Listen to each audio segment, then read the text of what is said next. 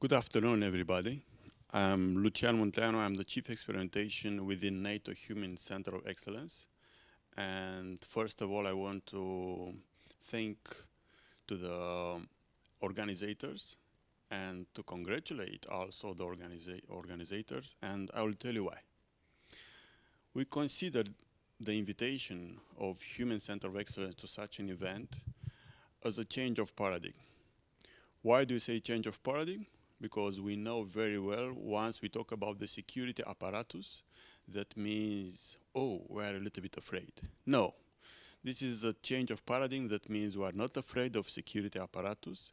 We, the security apparatus, at the same time, we are not afraid of the civil society. On contrary, it's something that it helps us.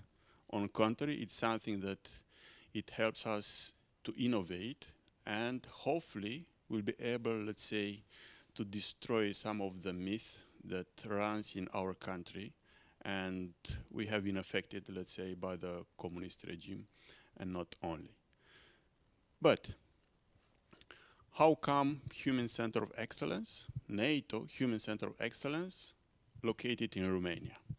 And indeed we deserve it. We should be proud of it. Why? Because we are good on it. And I will come back with an answer. And of course, I will tell to everybody why we consider that we are good on it. Before starting this keynote speech, let me introduce myself a little bit. I've been working in intelligence for more than 20 years. Let me be more precise. Intelligence, not artificial intelligence, intelligence as domain, intelligence that is related, associated with the security apparatus. So more than 20 years in different fields, from system of system analysis, especially I can mention military political systems, and key leader engagement, human to human engagement, different other aspects that refers to, let's say, information assessment or predictive analysis that, of course, in the intelligence, we deal also with this kind of stuff. And currently, I'm the Chief Experimentation in NATO Human Center of Excellence. Indeed, it's an excellency center because not only that we test, we experiment, and we end up in having methodology, in having concepts, in having different procedures, but also all this process from test to implementation passes through education and training and something that is very important, lesson identify, lesson learn. That means we rely on our concepts by identifying the lesson and identifying the lesson in hotspot area, in war conflicts area. What is exactly the Human Center of Excellence? So it's a Romanian institution, but with the status of international military organization. And it's a joint effort of 9 nations, and randomly I will just mention United States, Turkey, Czech Republic, Slovakia, Poland, Slovenia, and some few others. And it's a joint effort, international effort, and we want to bring this human-to-human engagement, that is basically the human intelligence, to the art level. The disclaimer that you can see on the screen should not be interpreted as a restrictive measure. On contrary, you should see, let's say, it's like an empowering act of the representative of the NATO Human Center of Excellence to express the opinions, the views that should not be, let's say, necessarily reflect the official policy of NATO, but of course, the representative in front of you over here is responsible in front of the society for the concept, for the words that we are going to spread. Let's talk a little bit about current military warfare. And we'll start with the roots of the military warfare. Initially, the military warfare was based on the force, physical force. That's why we have the muscle over there icon. And it was a human-to-human engagement. force against force, physical force against physical force. Of course, without pretending that it's a very comprehensive process from that muscle icon to the generic human being over there. But we pass through throwing stones to throwing arrows, and currently we do have high performance equipment using artificial intelligence, counting, relying on artificial intelligence, but it seems that it was not enough, and is not enough. Based on experience in theater of operation, we do need to count and to focus on the population. And here is very relevant the COIN, the so-called COIN, it's population-centered counterinsurgency. It's a concept that was implemented in theater of operation, we can say Afghanistan, Iraq, and is based on the fact that everything evolves around the population. It's based on the fact that the center of gravity in the military conflict is on the population. So the threat, if we are supposed to look for the threat, we should also look within the population. And the threat, as a general concept, we can define the threat as being the capability plus intent plus opportunity. We should not treat, at least in this speech, the threat as being a military threat, because we deal with such threats, all of us, we deal with such threats in every day-to-day life. We have threats in our organization, in your organization, business organization, institution, governmental, in the family. Instinctively, we analyze whether someone has a capability. Instinctively, we'll analyze whether there is an opportunity where the intent can be performed.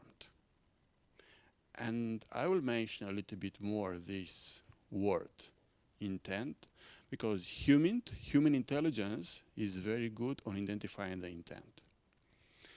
Yes, it's very good. And now I'll give the answer why we, the Romanians, are good on human intelligence. It's an historical argument. Of course, if I'm wrong, please contradict me. And you do have the possibility to contradict and also to express some questions that I will take at the end of the presentation. So we are good because we have been suffering a lot. Along the history, we have a lot of suffer. Once you suffer, you go to the basic, let's say, roots of the psychology. You'll be able to understand the psychology of the others. You'll be able in that moment to empathize, to create empathy, and to better identify the opponent in this case, let's say, because we talk about the threat, the opponent intentions, to predict. That is another function that we are going to talk about this. In all this system, it's human-centric operation because we are dealing with humans, interactions. Everything is human-centric operation nowadays. I know, we know very well, even the technology helps me to reach to you right now, but at the same time, it's human-centric. I'm pretty sure that you analyze me right now. You analyze and you identify a lot of patterns. Don't share my patterns with others. Thank you very much. But at the same time, it's an engagement between you and me. It's this engagement, it's all over the society. This is human intelligence, human intelligence. This is human-to-human engagement.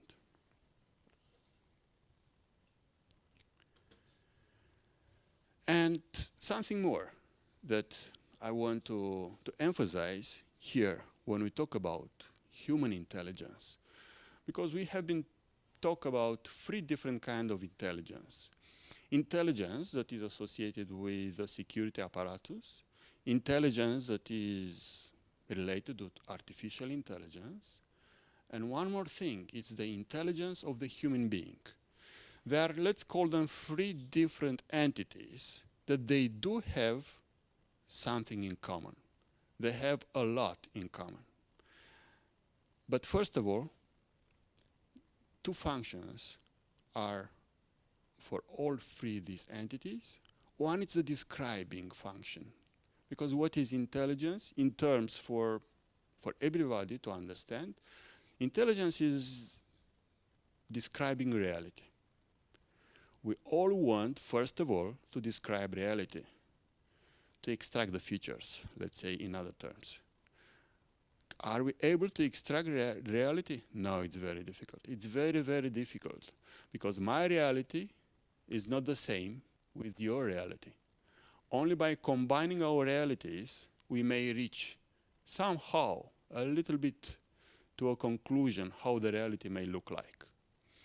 Intelligence, from this describing function perspective, is a video. And we want, first of all, to identify the frame at a certain moment, but we also want to identify the next frame in the video, that we don't know the next frame. Let's say the video ends and we need to anticipate what could be the next frame. This is intelligence, describing and predicting. We do have the same for artificial intelligence. First of all, as a basic step, we want to extract the features, and we are not satisfied with extracting the feature. We know very well. We want from artificial intelligence to come up with a solution, to come up with the next. What is the next in the row? We want to identify. Always we want to predict. And last, the third one, and not least, the human being intelligence. Human being intelligence is a very intricate design. We have been designed to continuously describe reality. That means a lot of data. That means artificial intelligence cannot run such information because it's a tremendous amount of information.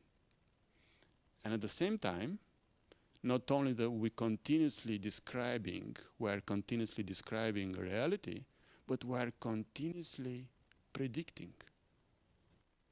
Some of us are aware that they predict. Some of us are not aware. It's conscious or unconscious process, but we count on prediction. All our moves in our life are based on our prediction, our instinctual prediction. And let's say, I will dare to say that we, the human beings, can be associated with an artificial neural network. Let's say enhanced artificial neural network. Indeed, we are in between input and output, but in between there are those hidden layers. And the main layers for a human being are, let's say, first of all is the emotional layer. Second is the rational one. And the third is the will.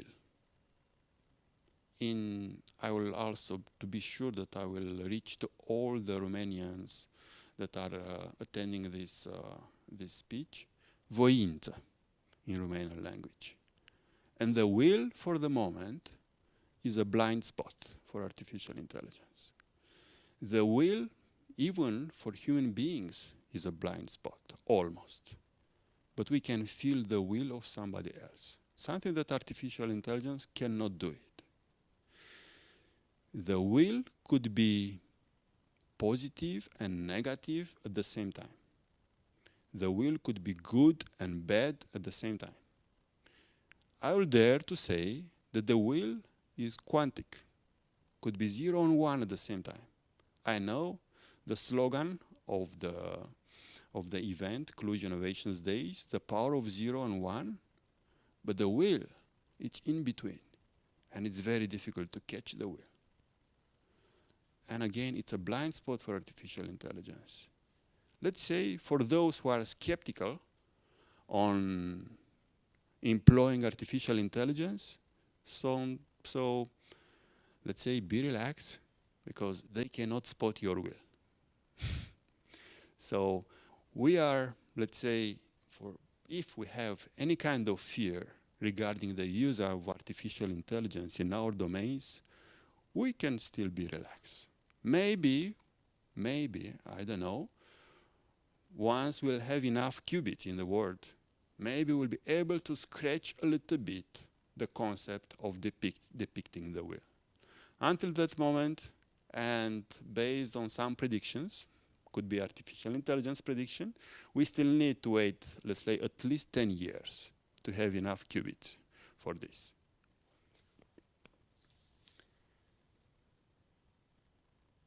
So, one more thing for those who are skeptical, don't worry, something more.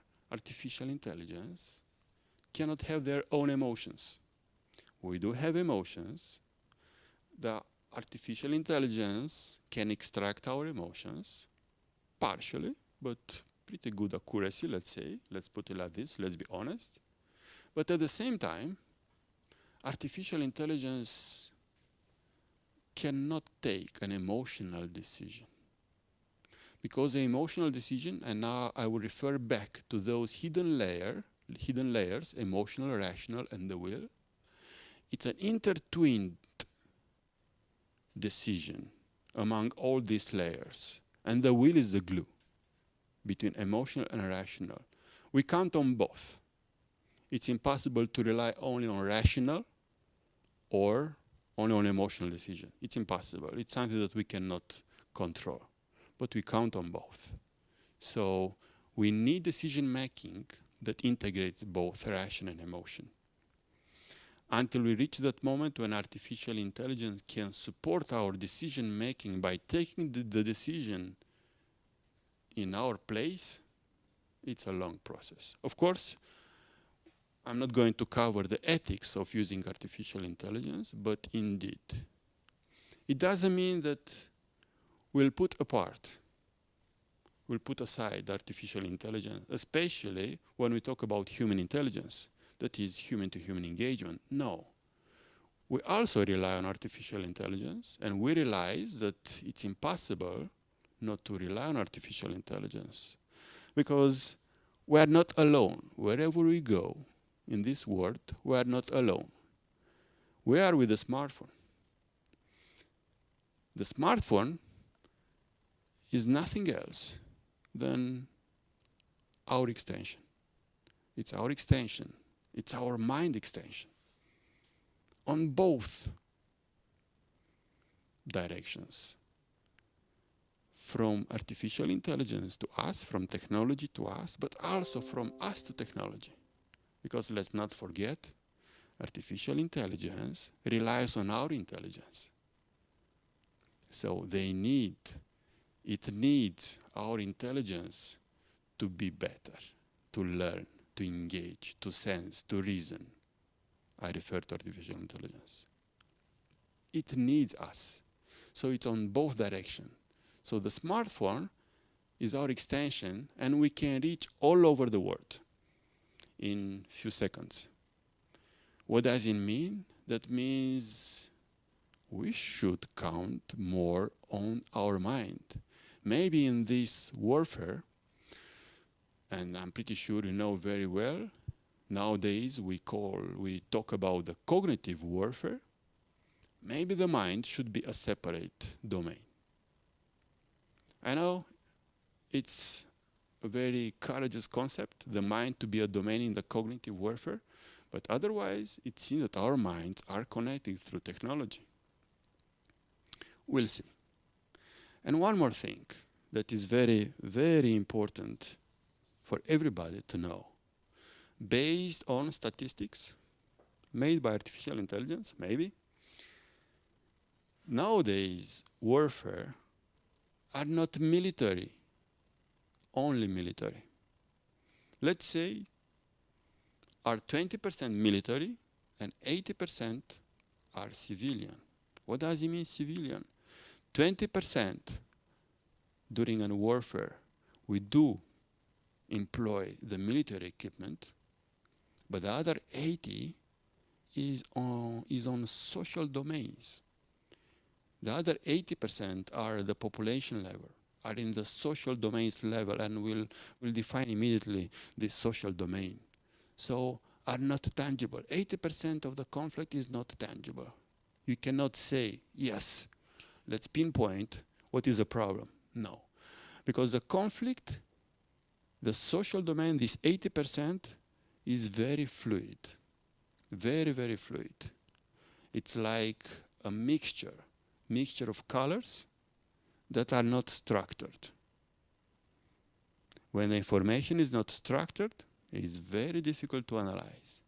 But what we want to do with artificial intelligence to structure the information. And we count on this. We rely on this. We are doing all this. Why do I say that? Because we think in patterns. All free entities, those intelligence as a domain, also artificial intelligence and a human being intelligence, have another thing that is common for all, that is how to identify the pattern. We want to identify patterns. We're trying to identify patterns where there is no pattern. Why? Because we enter in the comfort area, comfort zone. Of course, it's a bias. Could be a bias, but we should play with biases. We should play with biases. Artificial intelligence plays with biases. Once we know the bias of artificial intelligence, we know the countermeasure. It's an adversarial network over there, and we can easily annihilate artificial intelligence. And we know very well that there are a lot of systems that plays with this. So again, we should be relaxed.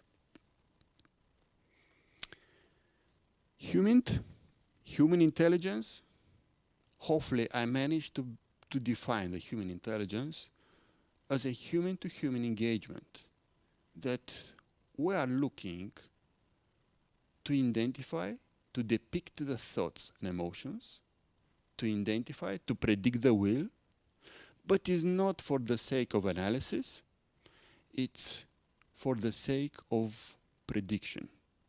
We play with prediction. Intelligence as domain plays with prediction. Intelligence without prediction is nothing. A human being without prediction is nothing. Artificial intelligence without prediction, yes, it's good, it helps us, but we want to reach that prediction level. Yeah, we have already reached it, but we want to improve it, it's clear. And we want to use those predictions of the artificial intelligence for us, for human beings, not as a silver bullet, but as triggers. Because we want the human to be in the loop. And we need some triggers for this. It will be much easier for us, for all of us, if we'll be able to not to think, let's say, 10 triggers that may pop up into my mind, but let's say to think at the same time at 100 triggers, and let 90 triggers to be developed by the artificial intelligence. In that moment, the prediction may be more accurate.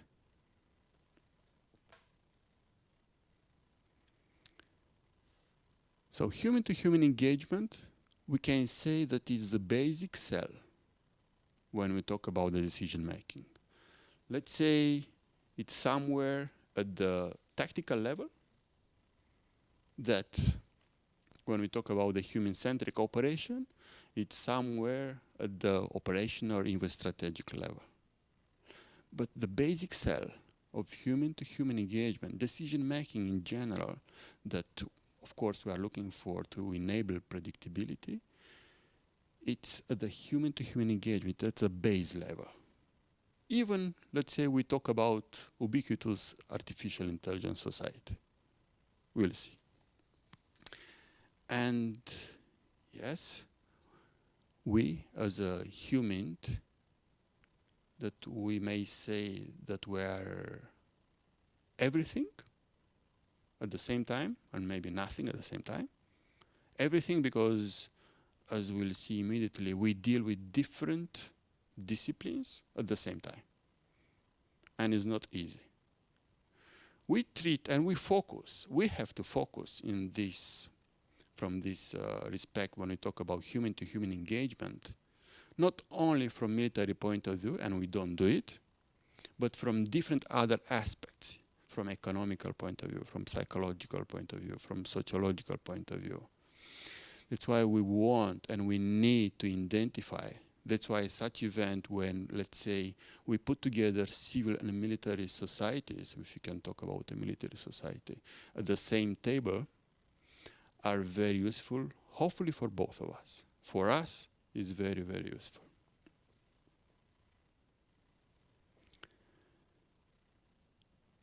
So the war is on social domain. What is social domain? If you take the definition of Fishman, Cooper, and Ma, it's a social-linguistic context defined by 3 significant dimensions. And here, just pay attention. Pay attention. What are these 3 dimensions? Location, participant, and topic. It's everywhere. Any kind of meeting around the world, yeah, we do need a location. Even online, now it's a location. We have a location, we do have a topic, indeed, and we do have participants. We are in social domain right now. It's a human-to-human engagement. Whether we talk about a friendship, family, workplace, religion, government, all these plays on social domains. And all these, again, don't remember, we're playing with a threat. Yes. Consciously or unconsciously. Most of the time, it's good not to know that there is a threat somewhere around, because we'll be overwhelmed by analyzing, trying to identify the threats. No, instinctively we'll do it. So don't worry. But at the same time, yes, we count on, when we talk about human-to-human engagement, we count on intent, that layer, hidden layer, that can be revealed by the help of artificial intelligence. Imagine, let's say, because we want to reveal the intent, how? We'll try to identify a pattern. Supposing that you'll monitor your boss, and you'll identify the patterns of your boss. In that moment, if you really want to be a professional from this perspective, you'll have to write down or to create, let's say, boss pattern event chart and to predict the next move of your boss. Most of us, for sure, we don't do it. We don't do it. It's a big amount of work, a lot of data. But if we were to do it, if we were supposed to do it, in that moment we'll turn ourselves in an intelligence agency. And we don't want this. We want to leave this job to those who are dealing with this, let's say, boss pattern event chart. Of course, we don't focus on the bosses, and we have nothing to complain against the bosses. It was just an example. HUMINT, as I told you, is everything, a lot of disciplines. We try to emphasize only the most important disciplines. And as you can see, HUMINT is marketing, HUMINT is psychology, is education, is training, is sociology, statistics, is management. All together, like different layers, overlapping, intertwined, and the decision looks ambiguous. But this is the art of the human intelligence, how to better depict, extract the features from human-to-human engagement, and very important, how to have a predictable outcome, how to create, let's say, actionable intelligence. This is very important, to create actionable intelligence. This is the main, let's say, aspect of human intelligence, because the input in human intelligence is the raw information, but out of the raw information, we want to come up with actionable intelligence. I will kindly ask you to follow an analogy that I'm going to make to better understand this human-to-human engagement. Let's think about an engagement between a businessman and a client. The businessman has specific motivations, specific interest. The client, the same motivation and interest. We don't know.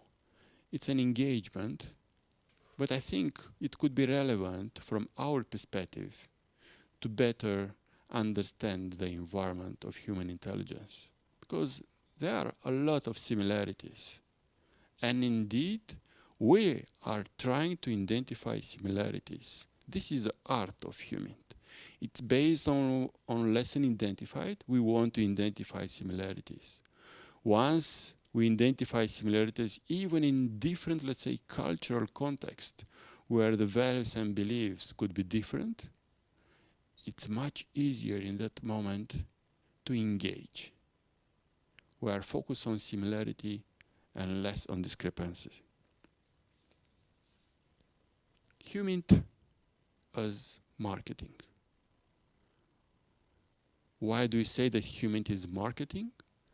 Because first of all, if you really want to engage with someone, we have to identify that someone. It's a client identification. The businessman should identify the client. Of course, there are situations when the client identifies the businessman. It's okay. And both ways are very good. If you want to identify the client, let's make use of an artificial intelligence capability that is population segmentation. We go from general to particular. We go from mass of population and narrowing down to one client or a group of clients. And I will make an analogy with, let's say, a shoes company trying to identify clients wearing long heel red shoes. Maybe first of all, they will identify the clients wearing shoes in general. Next will be those who wear, let's say, the long heel shoes. And the third will be those who wear red long heel shoes. It's the same here in human-to-human engagement. We want to identify a specific profile of our client with specific cognitive capabilities, with a specific cultural background, and so on. And we need artificial intelligence on this. We need, because it's a lot of work, a lot of data, and especially in conflict area, sometimes we're like blind, and we need to get insight, immediate insight from this.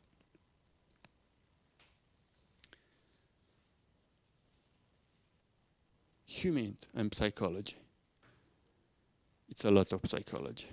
Maybe this is the main, let's say, the main domain. It's the water where we swim when we talk about human-to-human engagement. The first impression counts. We all know this. So that's why we need artificial intelligence to come up with a strategy how to approach someone. Do we need this in human intelligence? Of course. But do you need this in social domains? Of course. We are performing this analysis. Before going to a party, we take the information, we gather the information regarding how the others are going to be dressed, for example, what is the dress code, and so on. Because we want to have a very good approach strategy. We want to be sure without a very good approach strategy it will be very difficult to interact. And artificial intelligence can do this for us. Imagine that along the time, if, let's say, we do have data, because we rely on data regarding a possible client, in that moment we can anticipate, we can identify the patterns of the client. And will be, in that moment, it's like another trigger for us to identify the best approach. Of course, interaction is very, very important. When we talk about interaction, and let's imagine, for example, if we'll correlate the topic with the sentiment. It's very important to do this because the sentiment is very difficult to, in general, it's not so easy to fool the others with the sentiment, but with the topic we can do it. We can identify anomalies on this, and of course, unusual pattern identification when we talk about understanding and shaping the engagement itself. And real-time feedback doesn't hurt at all. When we talk about life, death and life cases, like in work conflicts area, real-time feedback during a human-to-human engagement is very, very useful. Human education. I will try to, let's say, to synthesize this. There are on two directions. We have to treat this problem from two different aspects. Maybe they're not so different. First of all, it's how can I, as a human being, improve myself? By playing with a customized client. So AI can help me to artificially customize the client, to artificially, let's say, be challenged by the way of being of my client. And we can do this. We can identify, first of all, my behaviors. And it's very important. I know it sounds maybe philosophical concept, but we play with this. We at the center, we play with this. First of all, we want to better understand ourselves if I really want to get under the skin of the others. And we all do this. It's nothing that belongs to human intelligence in general. No, not at all. But what we do is to institutionalize, to come up with a very good methodology of analysis, and in that moment, the results are clear.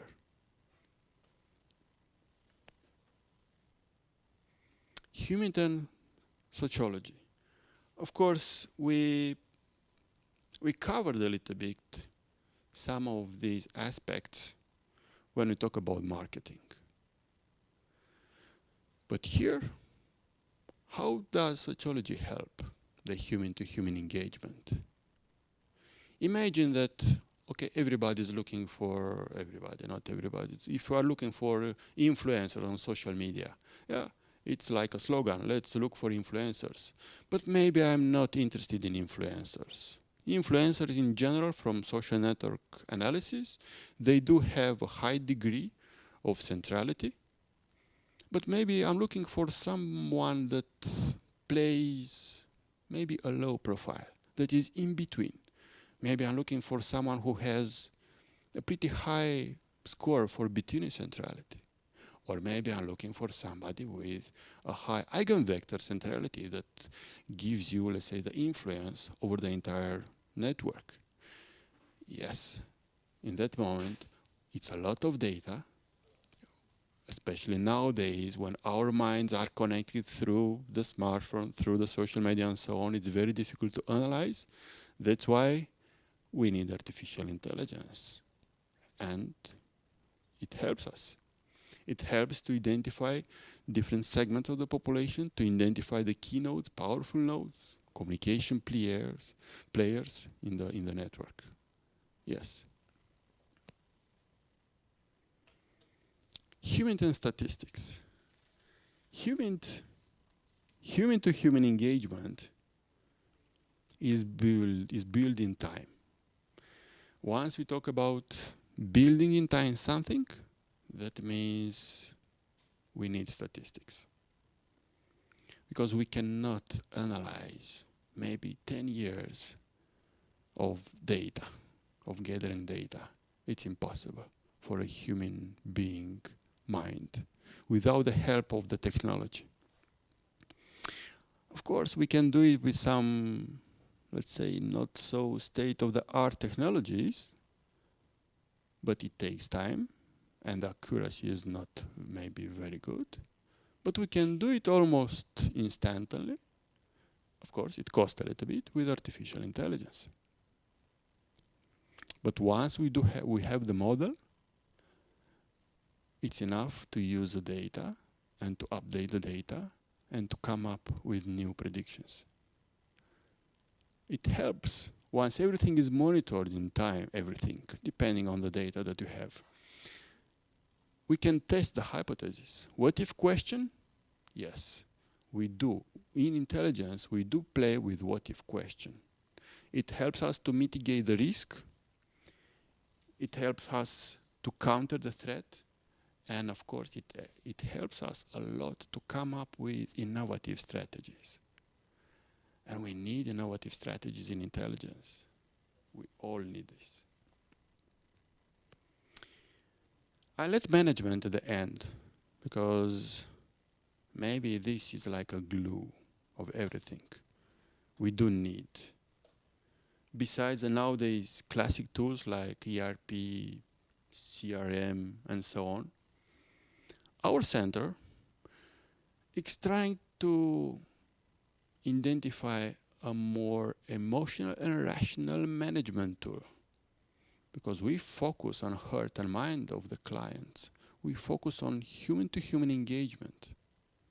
So we also have to, let's say, to put human even in the management and to better, let's say, depict this rational emotional decision.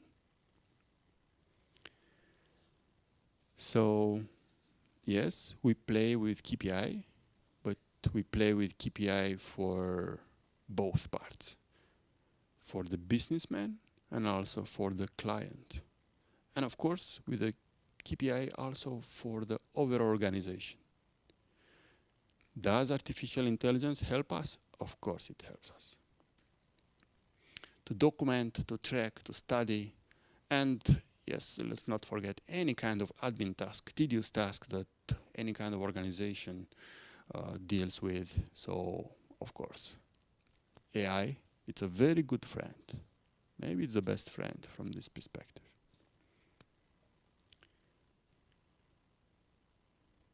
So what do we expect from artificial intelligence? We do not expect to replace the human being, but indeed we do expect from artificial intelligence to boost the engagement. Once I know myself as a businessman, once I know the client, once I know the pattern, my patterns, the client patterns, it's easy in that moment, let's say, to come up with an empathy layer. And like a metaphor, but not far away from reality, artificial intelligence is an empathy developer, can identify the empathy context. It's something that we all need in any kind of social domain. We all need in our day-to-day life. To conclude, yes, we expect artificial intelligence to boost the engagement. Why? Because we want that basic decision cell, that is human-to-human engagement, to enable the predictability, so we can identify, we can predict the intent. It's easy. We'll go back to the threat definition. It's easy to identify the capability and also the opportunities you can figure out, but the intent is not easy. Not easy at all. How does it help us? It helps us by bringing transparency, by bringing a, let's say, harmonized, rational, emotional decision that we're still counting on, we as human beings. And in the end, I want just to read the code of Albert Einstein. Is it really Albert Einstein? I don't know. Maybe someone from the audience can check if indeed it is Albert Einstein. So nowadays, you, you never know. So the intuitive mind is a sacred gift, and the rational mind is a faithful servant.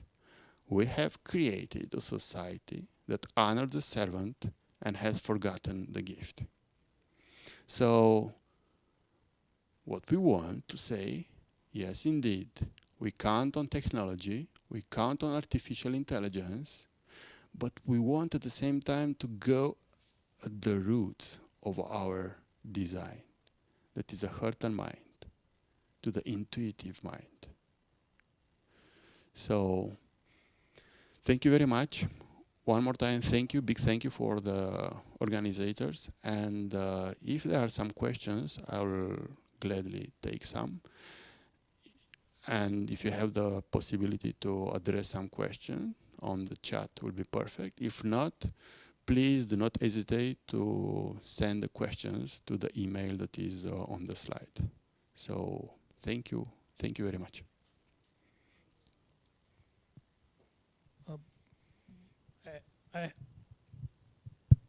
I have a question from the audience. In the diagram you show, it was all the chain flow was starting with marketing and was ending up with management. Can you explain why was this? Yes, it was a very difficult process how to put and which one to put the first. But we started to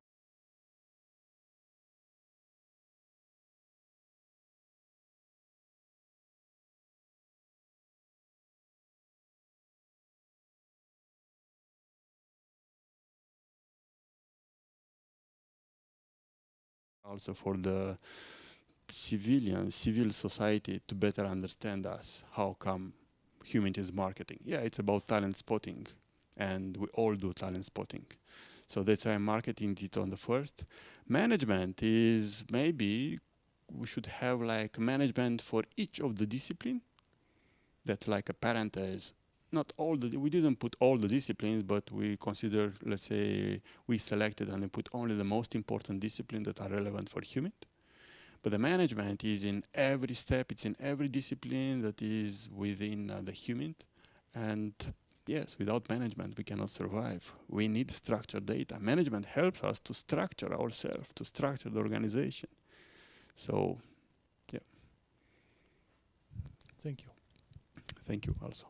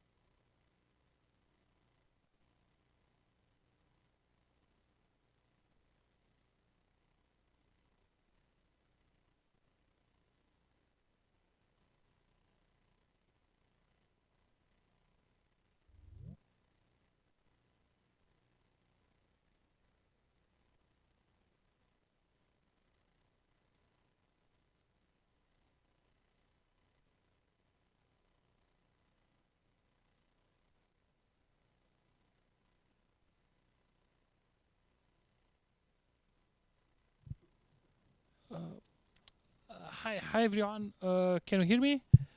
We are not live yet, but we will be in a few moments. Uh, Marian will join. Okay.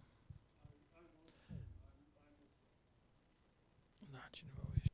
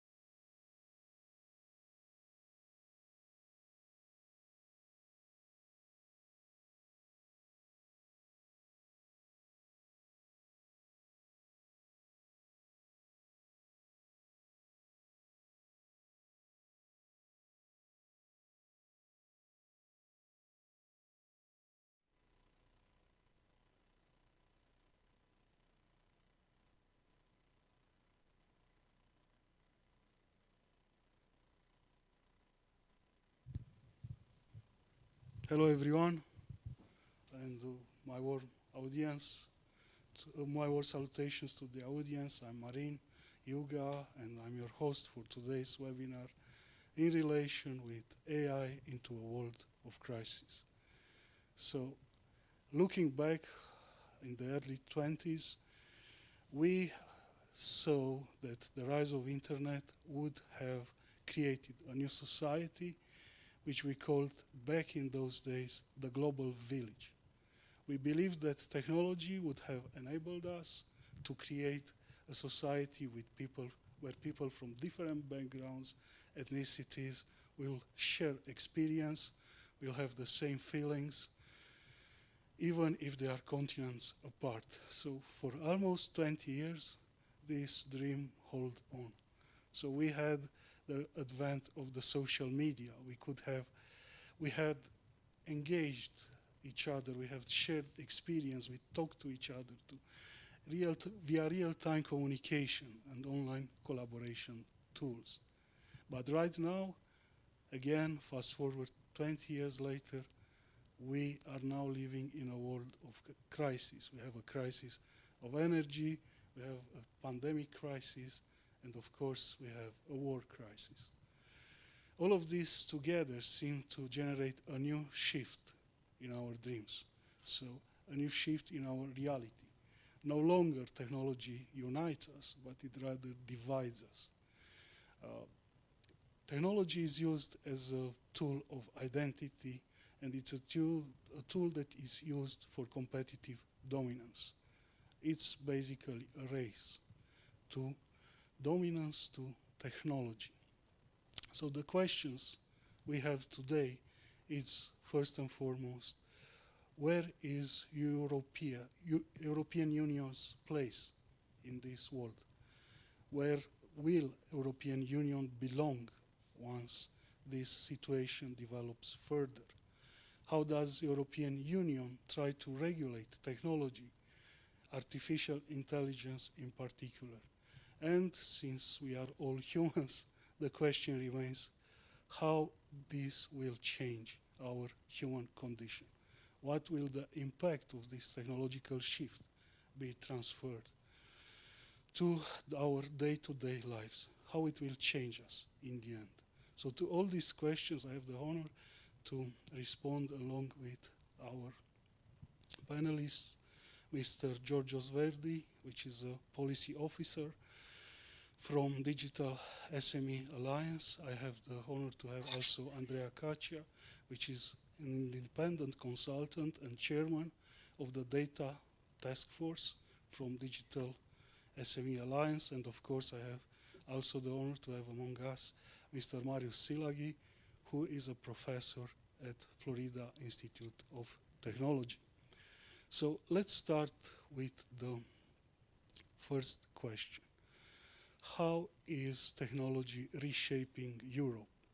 How is reshaping European Union's policy? So, Mr. Georgios, you have the stage.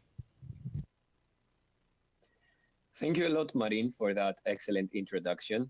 Indeed, as you have said, in Europe, we have now entered in an age of perma-crisis, in which one crisis is seamlessly followed by another.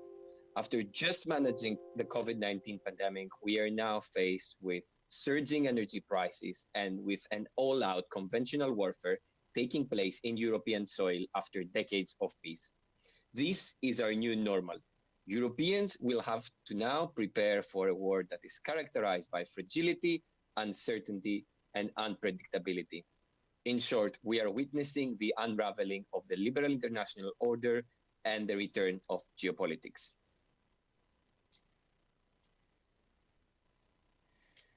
This paradigm shift also affects the ways that people, private companies, and states view the role of innovation and emerging technologies. Specifically, technology is not anymore a sheer force for unity for humanity, but it has also become a source of fragmentation and demarcation. And this has become explicitly apparent in the field of artificial intelligence. The weaponization, mastering, and control of AI is the new great game. The potential of AI has been recognized by some of the most powerful countries in the world. The United States and China have taken leadership positions in AI, investing significant financial and political resources to the development of innovative AI systems. As a result, experts now describe competition in AI as an arms race between US on the other hand and China on the other. This race will most likely result in trends of fragmentation. AI holds vast strategic value for economic activities as well as for international and homeland security. This means that governments will attempt to protect critical infrastructure at home by either monitoring or limiting the imports of foreign AI. At the same time, exporters of AI will attempt to capture foreign market and gain a first mover advantage in regions around the world. Thus, we are likely to witness the formation of different spheres of technological influence where countries will fall under either the US or Chinese technological dominance. For us Europeans now, the question becomes, where does the EU fit in this picture? Now, it can be argued that the European Union aspires to carve its own path in AI, to become a third way of AI governance. This is due to the unique perception that us Europeans have on technology. We feel very strongly about privacy. We feel very strongly about open and competitive digital markets. And we want the technologies to serve the people, to be human-centered, as we say. So the European Union now seeks to regulate the space of emerging technologies and to promote what it calls trustworthy AI. This idea materialized in a hard law proposal last April, which is called the Artificial Intelligence Act. This legislative proposal adopts a risk-based approach in an effort to protect fundamental rights from the misuses of machine learning. The AI Act explicitly adopts the ethical guidelines that were discussed by the high-level expert group of the European Commission. The main principle in this guideline seems to be that ethics benefit the market and not the other way around. This is also reflected in the AI Liability Directive, which seeks to protect consumers by redressing the possible harms that AI systems can cause. Overall, the AI Act inherits the same foundational approach seen as the GDPR. It seeks to protect human dignity and fundamental rights. Now, another major goal of the AI Act is to promote digital sovereignty. In this regard, the AI Act resembles the aspiration behind the GDPR. Similarly to how the GDPR has set a global standard in privacy, the EU hopes to achieve something similar in artificial intelligence with the AI Act. This phenomenon has been named the Brussels effect and has become the main driver of the EU's global AI policy. The mechanism works as follows. Since private actors want to have access to the EU, which is a market of 450 mostly affluent consumers, then they will have to comply with the AI Act.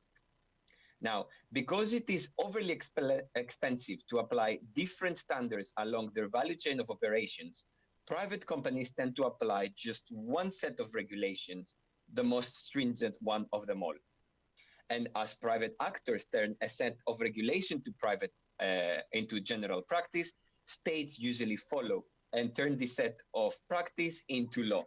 This process was observed globally with the GDPR, and it is how the EU became a global leader in privacy. The question now is if the EU can do the same with the AI Act. Now, there are a number of elements that could impede the EU's effectiveness in shaping the global governance of AI. These involve, first of all, the conceptualization of artificial intelligence as a strategic asset. In a setting of global tech competition, private actors will not easily give up on an asset that could deliver high profits and structural advantages in the digital market. Unlike the GDPR, private companies might therefore follow a set of differentiated policies. For example, imagine an AI medical device that has been trained on data sets that do not respect neither the GDPR nor the AI Act. In this case, the EU will have failed to truly set an ethical and universal standard on AI. Moreover, the strategic nature of AI alters the dynamic of the transatlantic agenda. There are diverging views between the EU and the United States on issues such as which are the AI risks, what is data protection, and how to treat big platforms that could impede the development of common norms and standards. The case of this transatlantic division can be generalized to the rest of the world as well. In a setting of techno-nationalism, traditional tools of ICT global governance and diplomacy and cooperation could also prove fruitless. For most countries, the stakes are simply too high. So in AI governance, as we have seen, the effectiveness of the EU's traditional instruments and identity depends also in the geopolitical context in which this instrument and these values operate. In a world of global tech competition and techno-nationalism, the EU will not be able to regulate globally. Furthermore, the space for strategic dialogues and partnerships could remain limited. In this case, the EU would be unable to shape global standards. At the same time, in the absence of national champions, it would turn to foreign companies to acquire automated technologies. As a result, the EU would require to adopt norms and standards that are developed elsewhere. Therefore, in this scenario, the EU runs the risk of turning into a cyber colony. Therefore, it becomes apparent that legislation will not be enough. At Digital SME, we published just 2 weeks ago our AI Act open letter. With this letter, we attempt to fix the problems at the heart of the AI Act. These problems mainly refer to the lack of innovation support. It is only by putting forward an innovation-friendly framework that Europeans will be able to compete with the AI superpowers. At the center of this effort, we must place European small and medium businesses. They represent 99.8% of the single market, and they are responsible for 60% of employment in the continent. Only by allowing European champions to innovate, we will be able to promote our third way of AI governance abroad and help build resilience in the age of perma-crisis. Thank you a lot.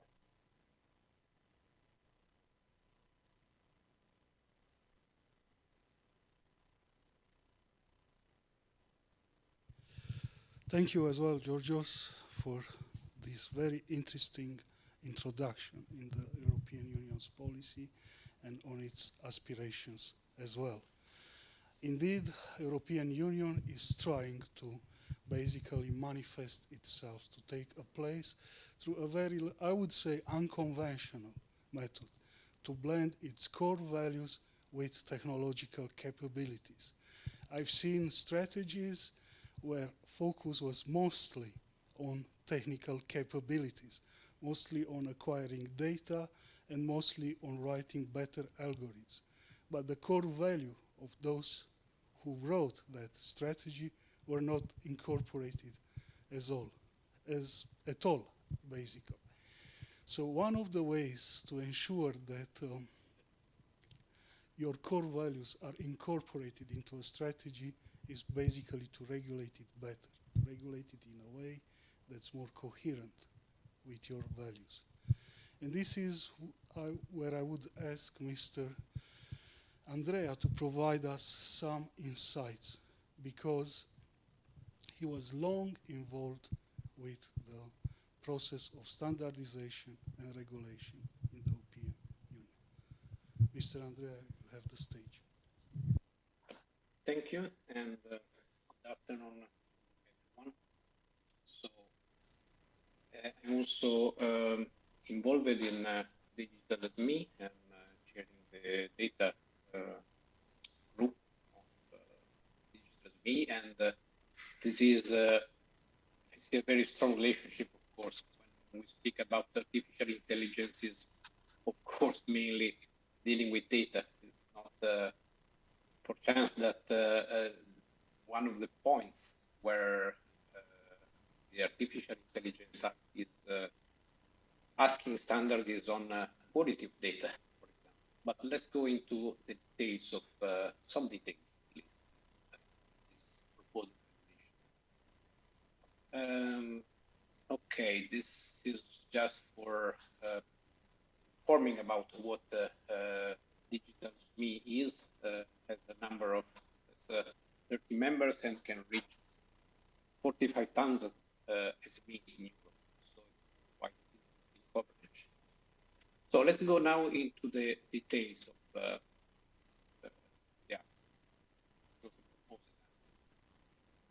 So as we see, artificial intelligence has some, of course, can bring a lot of benefits, but of course it also creates risks.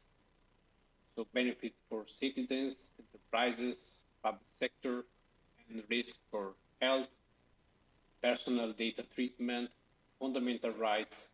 So this is a proposed regulation. This is in the legislative process now, so it's going to be modified. But as any European piece of legislation, we start from a draft, official draft published by the European Commission, and from the draft, the Parliament and the European Council will discuss the apply changes, and then when all the three co-legislators find an agreement, then the act became approved and published. Of course, if they find an agreement, because in the case it's not possible, no legislative, no regulation is published.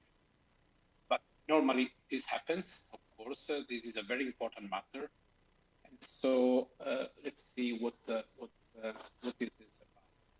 So the legal basis is, of course, the legal treaty, the founding treaty of the European Union. So the goal is, as usual, to ensure that it's possible to have a common market. So a common market in this case of artificial intelligence systems, and this has to be in line with the European values. There is a clear risk-based approach. So of course, the regulation is not trying to regulate technology directly, but is regulating how the technology is used. So, of course, the most we can say effective way to do this is to take into account the risks and to try to avoid, try to ensure that high-risk applications are forbidden in case they are the potential, the risk is too high, or with a number of measures that depend on the level of risk. Of course, the major risk is on health, safety, fundamental rights like privacy, and also it's important that there is the aim is also to avoid that there are barriers. So the playing field is common between EU and not EU. Okay. First of all, the definition of artificial intelligence. The definition is neutral and somehow dynamic, because it refers to software that use one or more techniques and approaches listed in Annex 1. So the Annex is thought to be more dynamic than the regulation itself. The Annex can be updated in future if new technologies are come up and are used. But the principle should remain stable, that the main principle of the regulations of the European directives and regulations. So, Mr. Andrea, if you can stay closer to the microphone, please. We hear you very bad. Thank you. I can try because I using the headphones. Let's try to do this way. Is that better now? Yes, thank you. Okay. So as I said, so here's the definition. The definition is very neutral and dynamic. The general objective is cover all types of artificial intelligence. So traditional, symbolic artificial intelligence, machine learning, and hybrid systems. So how is this risk-based approach managed? So the high-risk applications are prohibited. So for example, scoring applications, social credit applications are not possible. Then we have high-risk applications like for treatment, medical devices. In this case, there is an ex-ante conformity approach. The approach is based on standards that have to be developed. The European Standardization Organization are already working on this. So this is parallel to the legal procedure, so that when the regulation will be approved, the standards, most of the standard probably will be already in place and can be adapted to comply with the final text of the regulation.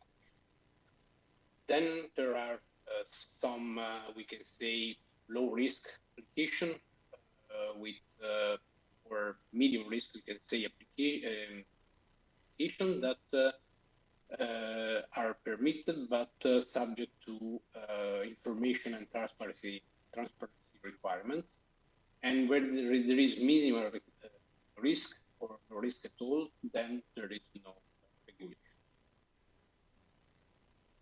So what is prohibited? Prohibited is, for example, subliminal manipulation, exploitation of vulnerability, resulting in physical or psychological harm, social scoring by public authorities, real-time remote biometric identification.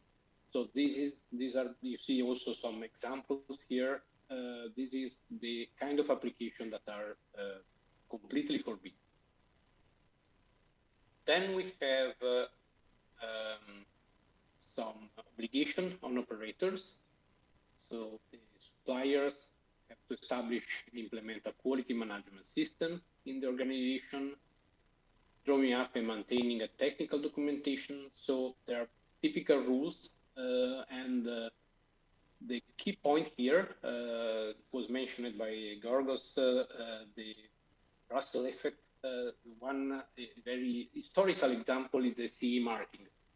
CE marking is where vendors typically avoid to have more than one production line because of different countries, different regions. So CE became a mark, quality mark for at a worldwide level. So this is the same. Here we have the same mechanism. CE marking is based on harmonized standards. Harmonized standards are developed by European standardization organization according to the technical requirements in or the minimum requirements in regulation and directives, and they are published by SENS, CENELEC, and ETSI, that are the three European standardization organizations. Then the compliance with standards can be ensured through conformity assessment by third parties or self-assessment. Typically, conformity assessment is needed for high-risk applications, but for medium risk, it's enough to have self-assessment. Then users have, of course, they have to read the operating instructions and operate according to the operating instructions, and there are requirements on human supervision when it's needed, monitor operation, and so on. So it's the legal framework aimed to be neutral, not to be invasive market. On the contrary, enabling all the applications that are not introducing high risks on citizens. So CE marking, as I said, is a well-established process. This is, I think, the first time it's used on something that is not a physical product. So CE marking in the past was related to electrical products, for example, medical equipment, so physical products. They are meant to ensure safety of who is using products.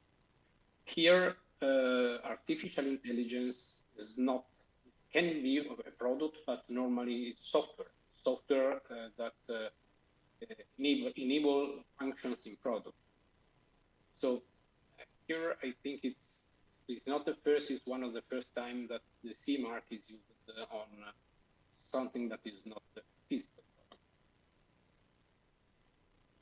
So you see here the steps and the conformity assessment procedures, as I said, is based on standards. Standardization is the main way to ensure that there is a fair market also for vendors, because the rules are the same for everyone, and this is where the compliance is based on real conformity on requirements and not other stuff like the type of enterprises. So this is quite protecting small and medium enterprises because they are measured, the products are measured on their conformance and not on dimension of the component. So most of the system will not be high risk.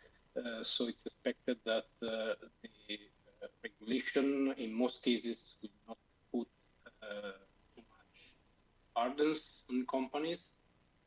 And this is something that is very important because otherwise the regulation risk, the risk of regulation is that it can create obstacles to the market and to the innovative players. There is an approach based on sandboxes for a situation where maybe the environment is not the framework, the legal framework is not completely clear. This is an approach that is used with innovative technologies and to experiment with reducing the risks for both the vendors and who is going to use the applications. On the other hand, there are specific provisions for small and medium enterprises, and to ensure that innovative companies can introduce their products with less, with some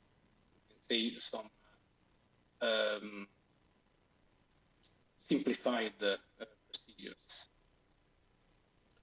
So, in my opinion, to conclude my presentation, in my opinion, regulation is not putting too much burdens on companies. The approach is reasonable because it's based on risk. Only high-risk application or have some strict rule to apply. The rules are the same for European and non-European vendors. So this is something that is somehow an approach that has been used already in the past. It's now in a more innovative sector than it was in the past. And yeah, of course, we have to see what will happen, but I'm quite positive that intervention is necessary because of the potential risk of artificial intelligence. But on the other hand, it's also important because it allows companies to play in a field where rules are potentially clear, hopefully clear, and this is helping them. So thank you, and now to you, Marco. Thank you as well, Mr. Andrea. It's a very interesting topic, the topic of finding a balance between, let's say, having more competitive advantages through governance, through access to more data, to unrestricted access to more data. And also, on the other hand, to have a balance with protecting the individual rights, to protecting the freedom of speech, to protecting basically freedom of information, the rights of the individual. Speaking about individuals, we know that there is a part of society that sees the artificial intelligence, let's say, as an oppressive technology, and a technology that allows biometric identification, that tracks people, that basically could censor automatically information. But there is another part of society that thinks that artificial intelligence, it's actually empowering technology, allowing people to speak freely, helping them to create content to address to people from different backgrounds, actually. So and this is where I would give the stage to Mr. Marius. Uh, I know he was long involved in the part of researching the correspondence, the synonymy between technology and democracy. And we have now the question, is artificial intelligence a friend of democracy, or are they some sort of enemies? Marius, you have the stage.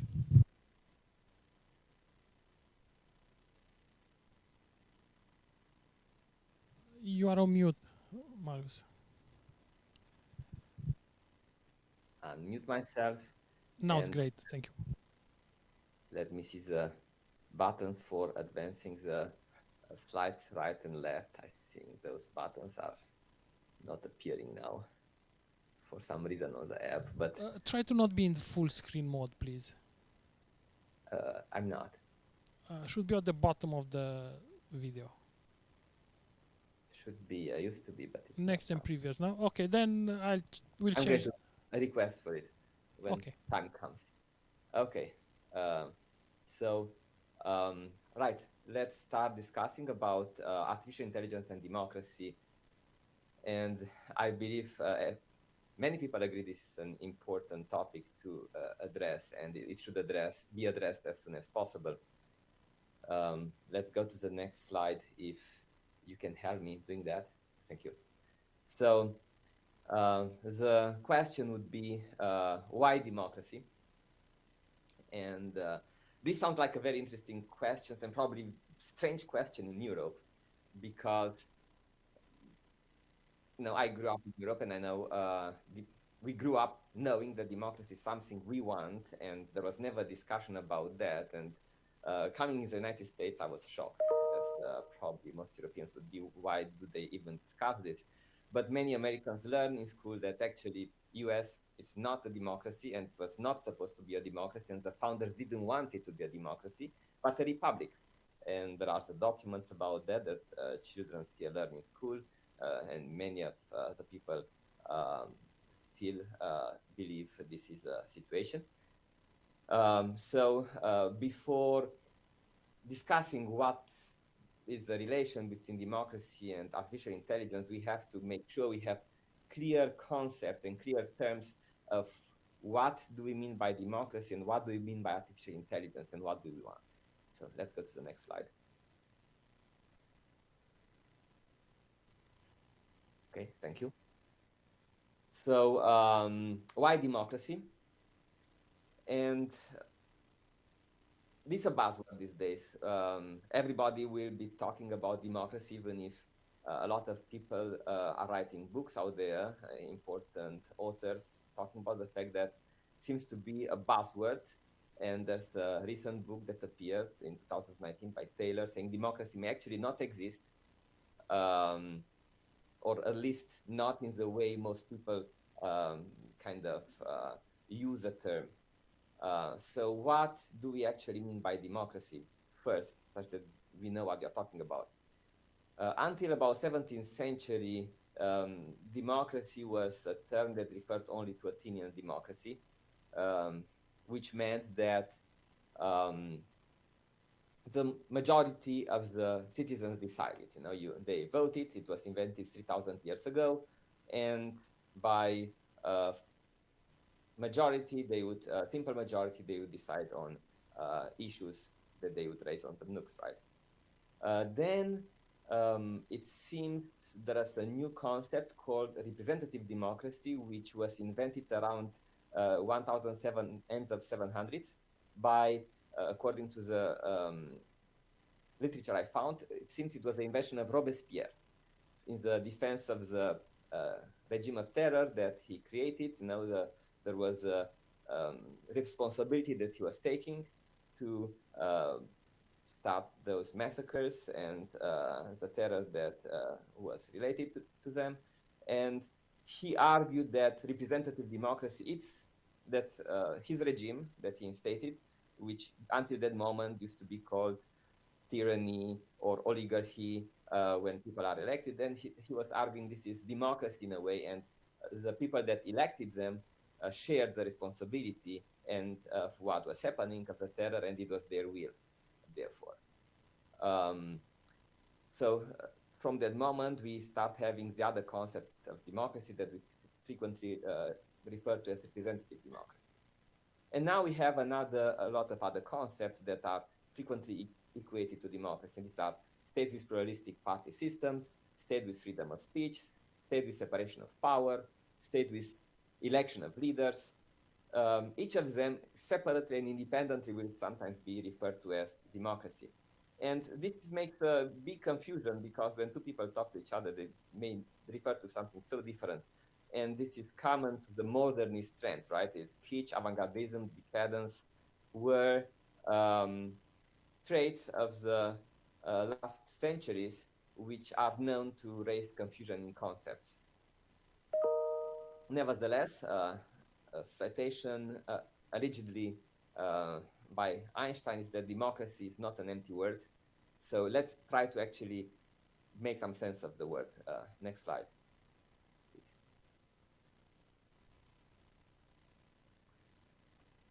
Okay, so let's take a little bit the definitions one by one and see if we want democracy, what democracy, and what's the relation between each of the different concepts and AI. So the first of them, Athenian democracy, which is direct majority rule. So the typical argument is that it maximizes citizens' happiness, but that's obviously an advertisement for it. Is it true? Each of us have to define, the society has to define to verify if it's true. Another argument for it is that it emancipates the masses to cultures, to exercise. If the masses exercise their decision making, then they are going to be cultivated. If at the starting point they are not yet able to be involved in decision, so they will become able by experience. And another typical problem is the winner takes it all, injustice. Namely, a majority will kind of dictate or oppress minority. Then the alternative is representative democracy that we mentioned before.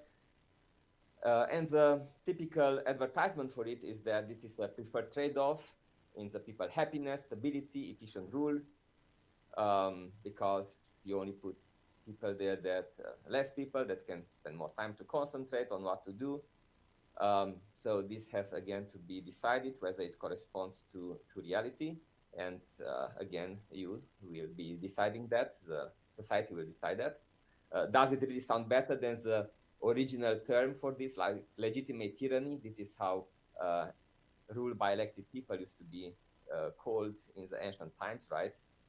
Probably representative democracy sounds better, and probably it actually corresponds to something that society needs.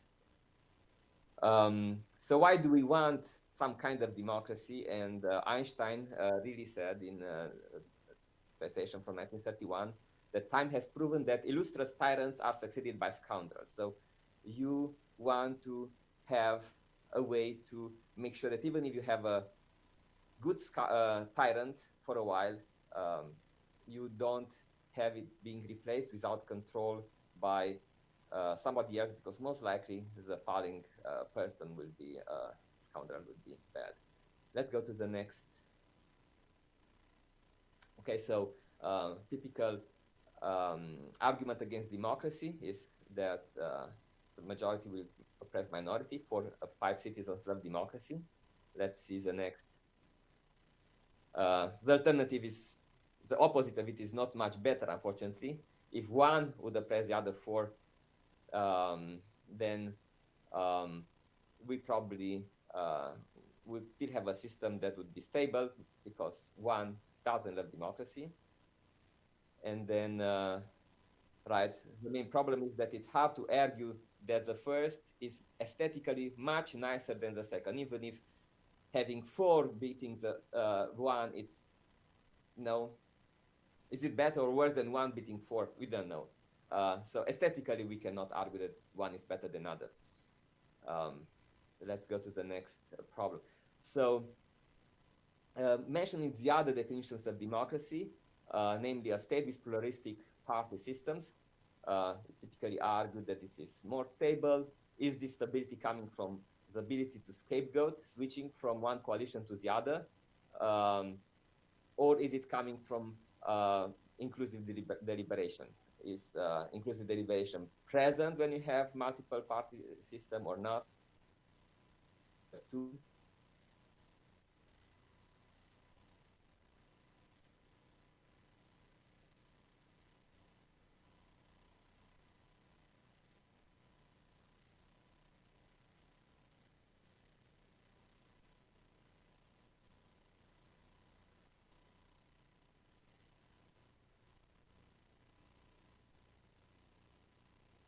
We can see you now. It was a small Yeah, issue. if you get back to the previous slide, I think there was, yeah, the next slide. Okay, so the other type of democracy is state with freedom of speech. The issue is we think that public deliberation is going to be enhanced by freedom of speech, but is that really the case? Does freedom of speech help citizens get involved in institutions and improve institutional responsibility? Another definition of democracy is state with separations of power. Are we better off with checks and balances, or would we prefer this, coherent decision making? State with elections of leaders.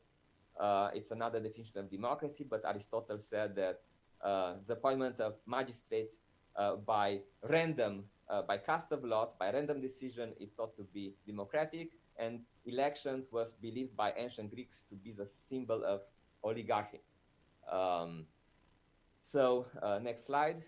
Artificial intelligence, if we have to also decide what is artificial intelligence, is just a family of tools, and whether they would be friendly or not with democracy depends on the design of the tool, the intention of the use of the tool, the timing in which it is used, the availability of the tool, the point of view, and the definition we take of democracy. Let's go next. To the next slide. Next slide.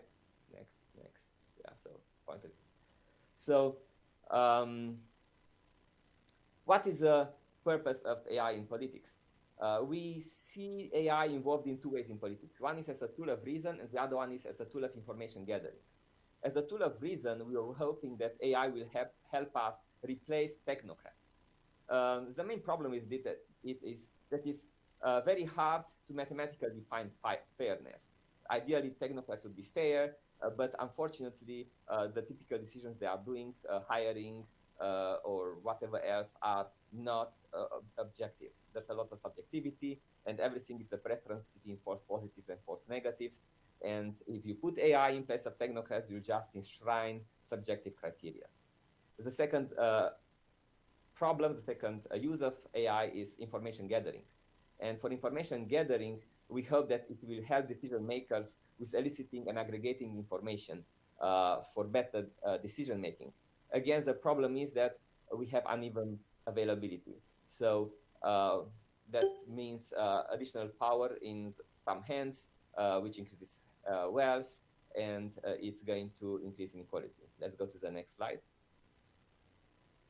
So we have a lot of contested AI uses that, as we have seen in the talk before, legislation will probably try to avoid, like use of AI in credit assessments, micro-targeting, misinformation, the removal of lawful content that is controversial, like in the case where Facebook labeled 180 million posts as misinformation.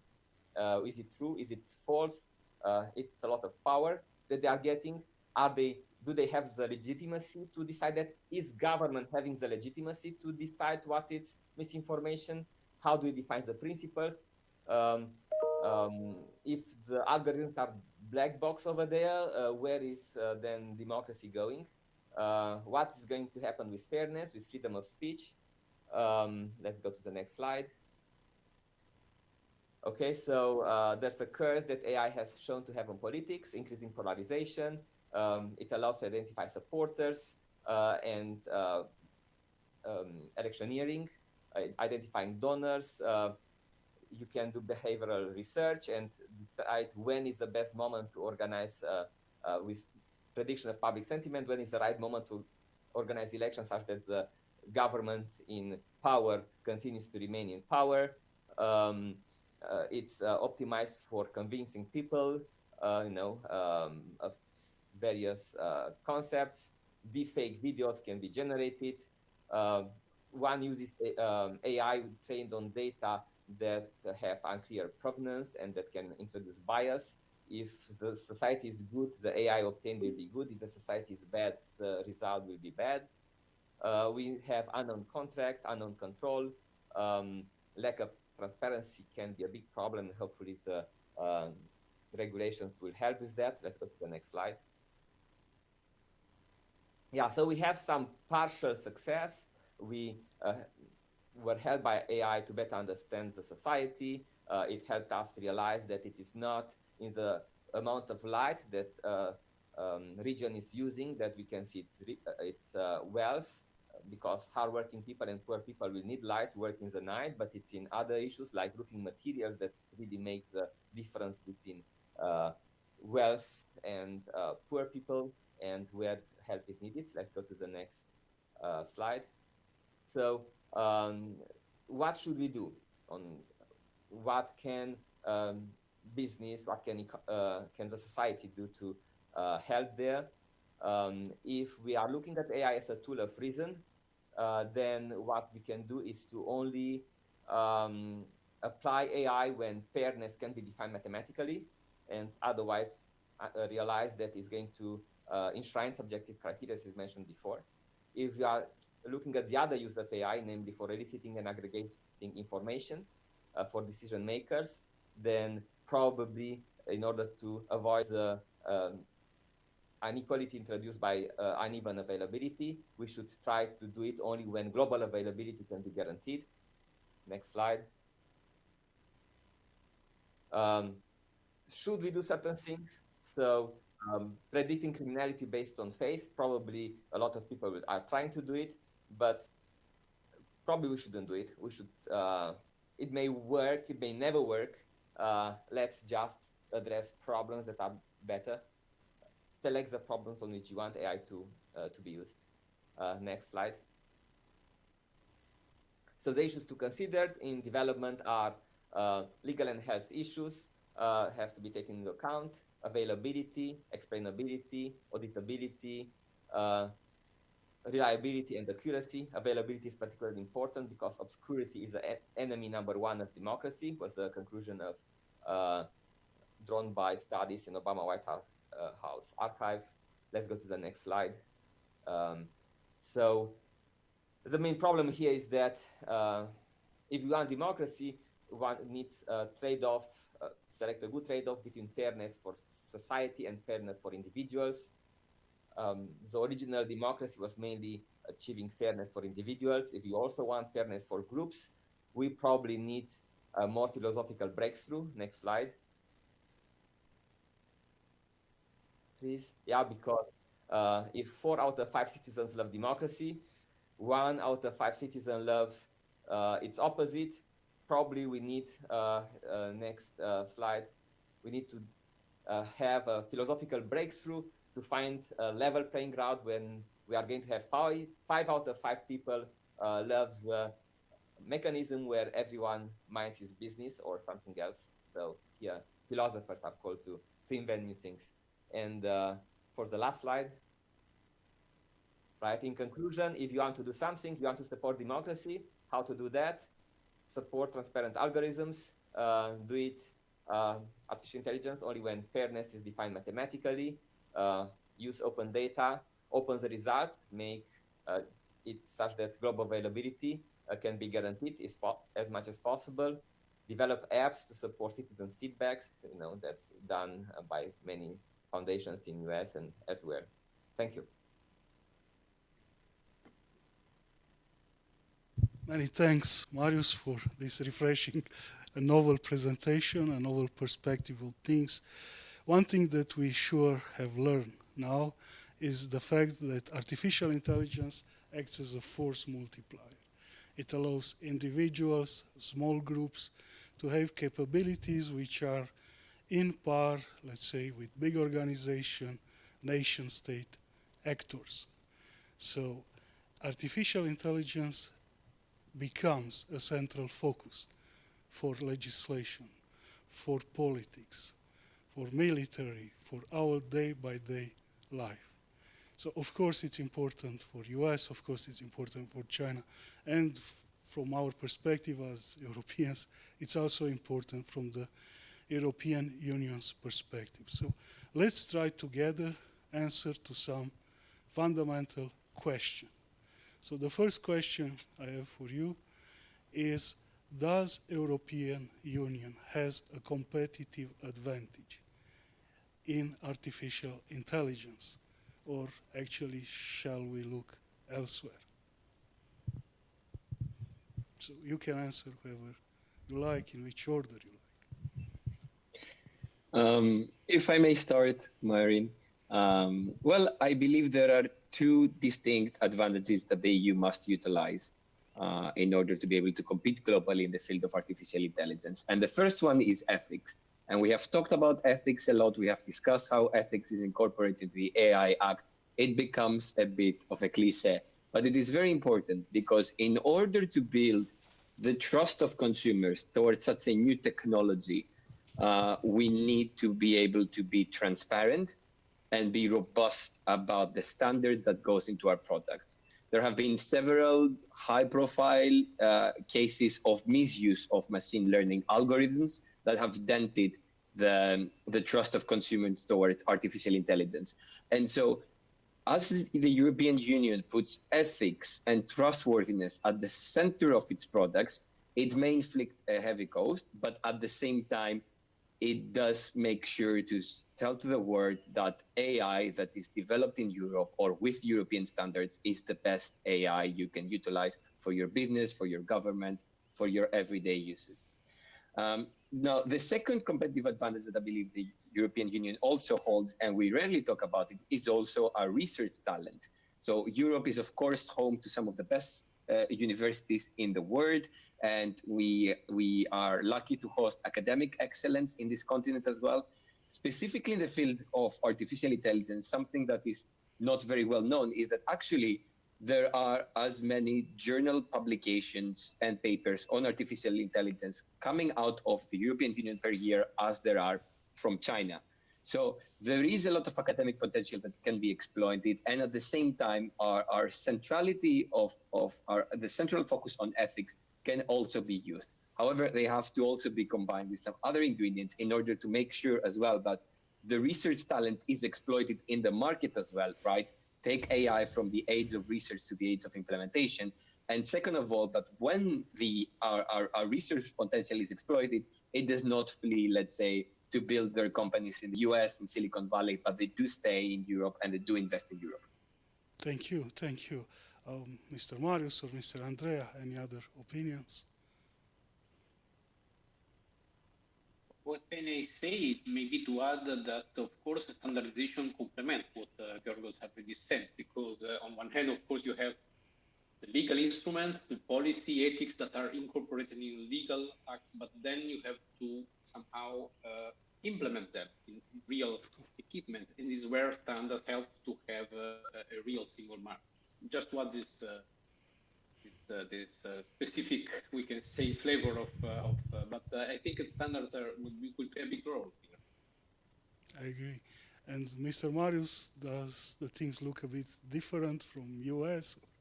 Would you concur with the opinions of Mr. Andrea and Mr. Georgios? I think European Union has a very strong potential, obviously, and I think you have important poles of research in Germany, in Netherlands, in Switzerland. So I do believe there's a high potential over there. And you are right about the contribution to privacy. Now it's going to be harder a little bit with AI, but why not? But we have to look into our objectives, our final objectives. So what do we want to achieve? Exactly. And Mr. Andrea, you were talking a lot about regulation and standardization. And that's a general question to the whole panel. Do you think that, let's say, more regulation would be a positive thing, or it will actually create harm? So let the free market regulate itself, or let the state intervene more into the play of this free market for artificial intelligence. If I may add something, there is a third point, that is the speed. Because if you have a potential regulation, this takes too much to become a real regulation, then this can really stop the market. Because everybody is waiting to see what will be the final text. So it's very important that the legal process is now fast to avoid to have this, we can say, break, so this delay this can create a lot of but if the regulation is fair and is now fast and standards start like it's happening to be implemented, then there is less risk, we can say, because there is always a risk when you have regulation. But on the other hand, there is a real challenge because with artificial intelligence, we know that the risk is very high, can be very high, so it's almost impossible not to try to regulate it. Many thanks. And indeed, artificial intelligence carries high risk, high rewards as well. Any other opinions from, I don't know, Marius or George? Yes, if I may, I have a question for Mr. Andrea. One of your directions was forbidding manipulations. Information manipulates. How are you going to define in an objective way manipulation such that we don't block any information being posted on the internet? Well, here I think that more than the artificial intelligence regulation is the data, I don't remember, is data services regulation. So one of the two, the services or market, I don't remember what of the two that is going to be enforced very quickly. There are some rules for this because it's mostly against fake news, So this will be the same criteria, in my opinion, that will be applied for artificial intelligence because there are some mechanisms that are created to ensure that on one hand, this can be effective, can be really possible, but on the other hand, to guarantee some kind of course, democracy. So I think that this will be the regulation that will somehow give the direction for also for artificial intelligence, for any technology. May I have one more question? Of course. What you just mentioned is that you are going to first identify a manipulation by relation to artificial intelligence. And you had another slide over there, which I think is going to be very controversial, a warning about artificial intelligence presence. I've been teaching for 20 years artificial intelligence, and one of the first things we have to address is the definition of artificial intelligence. Very few people agree on what artificial intelligence is, and one of the most common, most agreed definition is that it's whatever computers cannot do yet. So you cannot warn about them because computers cannot do it yet. But any place from there on, it's going to be controversial, and it can be cast as, if you want it to sound as AI, it's an advertisement, we say it's AI. If you want to cast it as not AI, you cast it into the mathematical equation that is being solved or addressed. So I think the whole idea of warning about AI, just as forbidding manipulation, might not be realistic. But what about something else I would propose? What about publishing the algorithm that's used behind?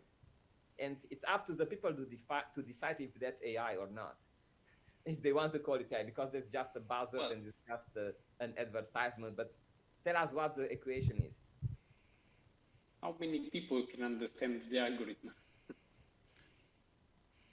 I think that well, it's somehow against the transparency. It looks like very transparent, but on the other hand, it's like publishing. Well, if you publish something that can be understood that one person every million, is maybe not transparent. So you need to rely on some conformity assessment procedure. So that's the way. But indeed, there are risks of bias. There is the risk of many. It's very controversial indeed. So experience will maybe also help us a bit on identifying the best ways for proceeding. So let's see. It's not published. It will be very difficult. If it's not published, that will open the way to dictatorship and to a regime of terror. I think we really need, if we don't trust that everyone will be able to understand it, at least by publication, you'll allow of the algorithms behind, you'll allow the other people to evaluate whoever and to debate, to discuss, you'll allow for public debates where people that understand those algorithms will explain to the others what they mean. But having them hidden or warning for AI, it's really Pandora's box, in my opinion. Mr. Georgios, do you have an opinion on these topics? It's a very interesting topic, actually. Yeah, the conversation is getting very interesting. Well, I'll come back to the very interesting conversation that Marius and Andrea are having. One of the points I want to mention first in reference to your question is as well that regulation should not just be seen as one very solid thing. And one of the things we're advocating very strongly at the European Digital SME Alliance is that one-size-fits-all regulation is the most harmful of its kind. You have to also take into consideration the different capabilities and the different capacity that actors of various sizes possess, and also the different modalities along the AI value chain, right? Because it is a dynamic chain of sellers and buyers, of providers, operators, and users. And so therefore, you also have to be a bit smart about your regulation.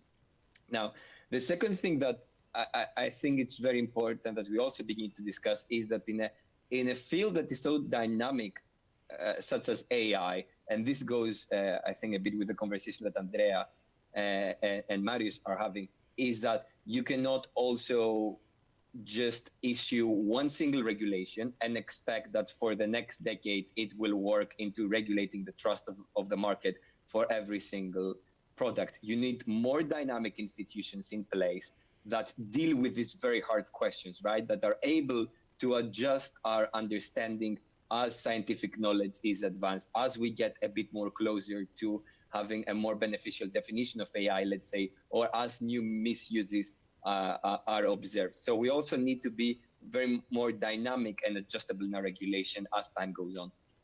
Yeah, and let's not forget an important thing, that the effects of AI, being them good or bad, harmful or beneficial, come not only from algorithms, they come also from data, and especially from bias in data. So if we have to keep a very delicate balance in fairness, not only for algorithms, because algorithms are actually sort of the easy things to acquire. What is harder and more valuable is the data, and that is the new gold, the new oil. But I was asking all of these questions for a simple reason. I would be interested, let's say, putting myself in place of an investor that wants to build a business in Europe. How should you convince me to build that business in Europe and not go in, for example, US or China? Why should I build a business here and not elsewhere? So, what do you think? The question is probably not strictly related to artificial intelligence. It's in general where you can find a place that is, as who stated, for example, it's about having research facilities, having enough technical, good technical environment, good technical, friendly environment for companies, not even only technical. So there are countries that are more friendly for establishing new businesses than others. So I think it's a very general question. I cannot think about anything very, very specific for artificial intelligence. Also because it's really a matter of elaborating. So you can elaborate, you can even establish a neuron and elaborate your information somewhere else. Then it comes also from some discussion about sovereignty. So when you speak about GDPR, there are requirements on where you process data.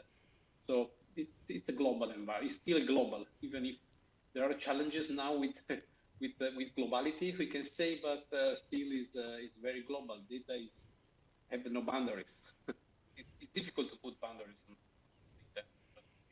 So we spent, as I should say, at the very beginning, we spent 20 years maybe to have something that is not bound to national boundaries, but now we are trying to convert this. It's not easy at all.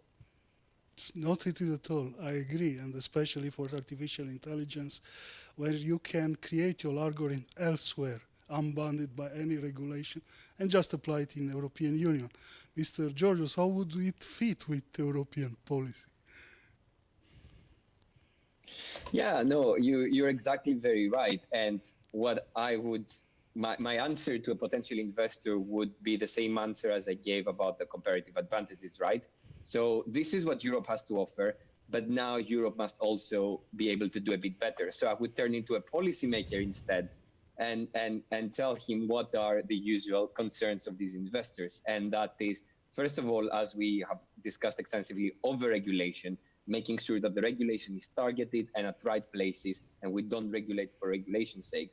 And second of all, when regulation takes place, it must be coherent across the European Union. The EU is still very fragmented in many areas of its policies that are also very detrimental to emerging technologies and developing them. And one of the most crucial aspects would be talent as well. So we do not, at the present moment, we have 27 member states and 27 different set of labor laws. So for example, if an investor wants to come to the EU and be able to hire one developer, let's say in France, another one in Romania, a third one in Italy to build an all-star team to be able to launch their products, he will have to deal with 3 different jurisdictions and go through all of this bureaucracy that makes legal uncertainty and at the end of the day deters investors. So being able to also have regulatory coherence across the EU to attract investors is very crucial. That's important. Well, Mr. Marius, would you recommend that investor build a business in AI in US or still go to Europe as well? Well, I think it really depends on the kind of business that you are building. You know, there's the human capital, there's regulations, and not the last, it's the values in the market. So I think you typically want to start building a business where you are going to have market and values already in the population that support it. So probably building AI tools that can exploit the local values of European people, which are, there's a special culture, there's an advantage of those. Once tools will be able to address those, to create a good market there, we'll base it there, and it may eventually go globally once those values will be able to influence the rest of the world, as Europe has been a source of culture for and of values for the world. So the values are interesting and could create impact if AI tools are going to exploit them, create a market there, and then all over. Absolutely, as artificial intelligence deals with cognitive processes, which are highly bound to a culture, to a way of thinking, to patterns of thoughts and behavior. But let's switch a bit the context from business to society. So my next question would be, do you still see the potential of artificial intelligence to become a tool of oppression, or it's still, do you see it going towards helping democracy? And if you see going it to helping democracy, how do you exactly think it will actually help democracy as well? Most technologies have started in military and dictatorial usage. The steam engine for ships started with armies. Internet was developed by DARPA. And so most technology is probably the inventors might have had peaceful and friendly applications in mind and democratic applications in mind, but that's what only the inventor had. But actually, the funding and the first usage was almost always coming from somebody that had the money, and typically that was authoritarian regimes, armies, wars, and so on. And eventually, after these environments have developed the tools, they trickle down into positive applications. Um, so it seems this is what is happening right now. So we are seeing this, the money, the funding, the development comes from usages that we probably are not enthusiastic about. We may be for or against democracy, but we may not be enthusiastic about all the current usages. Nevertheless, hopefully, like with all other technologies, once patents go out, once things are well developed, we are going to be able to use them for better purposes. If you want that to come earlier, provide funding earlier, and develop technologies directly toward more positive usages. This is what society can still do.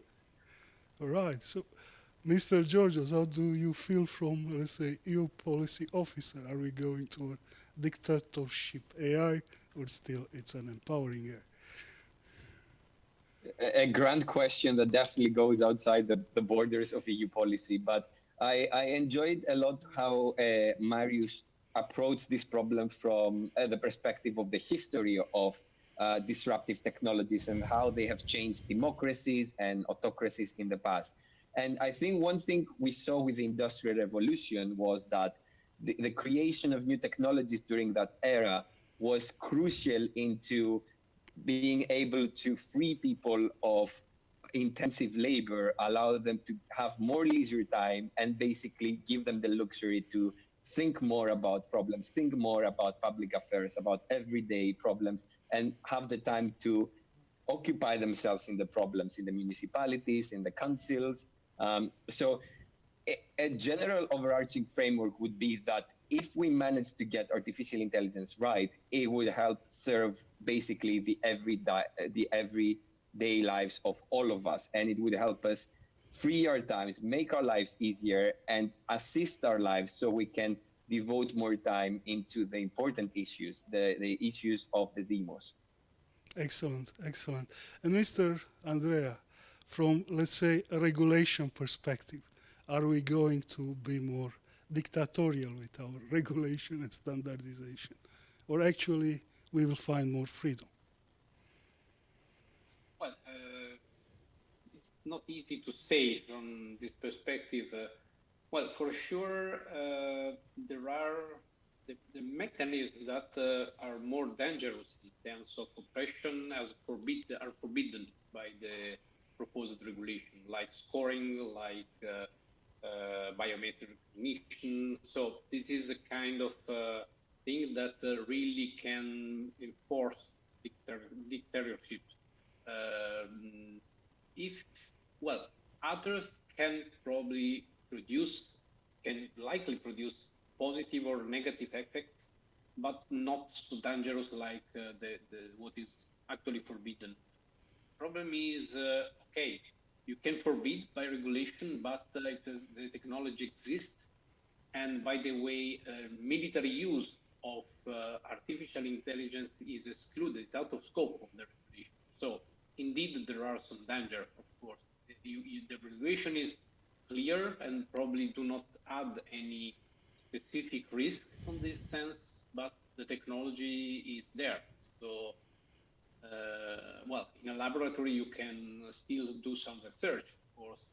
And of course, it has to be done. Otherwise, if you simply say, okay, I don't want this negative use, and I act as blind and don't see that there is a potential danger, and do not do some research, and you're not able maybe to defend myself from this, or country, of course, this is something that, of course, can be a problem. So indeed, there are issues on the table.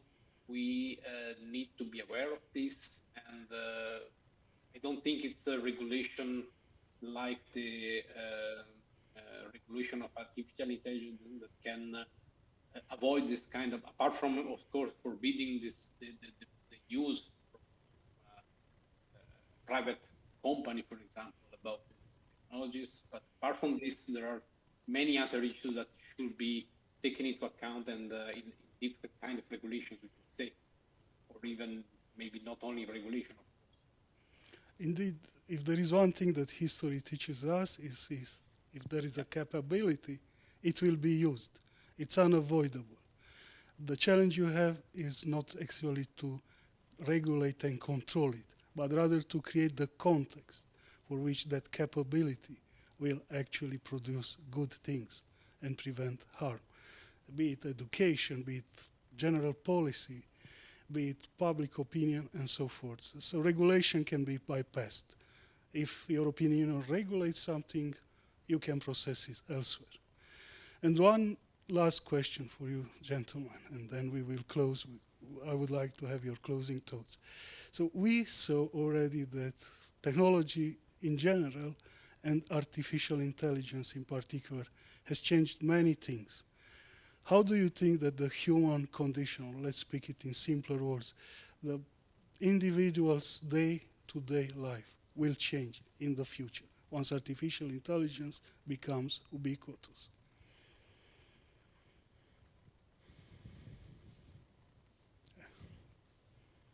That's a big question. That's a big question, I know. Also because indeed there can be evident improvements, also evident problems. You can think about people being freed of hard tasks or repetitive tasks, or be more free to do more interesting things. But if people became unemployed for this and do not have the even the possibility to live, to have a good to enjoy the time, because we saw this already with globalization. So the globalization had a number of positive effects, but also unemployment is a side effect of globalization. So artificial intelligence has the potential to exasperate this, even to make poor poorest, because if you apply artificial intelligence, there are many people in developing countries that rely on work that is maybe not considered in the more rich countries, and this kind of work can be cheaper with artificial intelligence.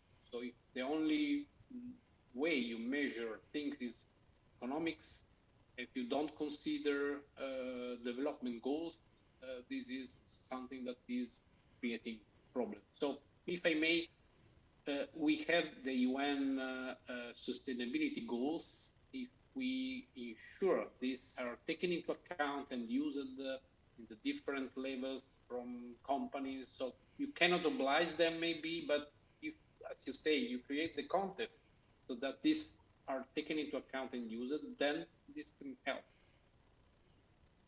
Thank you. Any other opinions? Go on. Yeah. So about the impact, we'll have multiple facets, somewhat as my colleagues have just mentioned. But we are going to be really dependent on regulations, really dependent on what the society will want to do. I think it was mentioned before that forbidding a scoring, it's considered to be acceptable, and I think, as Giorgio said, even that might be too much of a one cut for all, because scoring, may actually be essential for some types of authentications, and that may be essential for democracy at the end, because you want one vote from one person, and if you forbid scoring, you may have unexpected actual limitations imposed on the market. So I'd rather, as Giorgio said before, agree that one should be a little bit more specific, forbid specific usages rather than blanket things like forbidding scoring. That seems very, very restrictive, potentially with bad implications.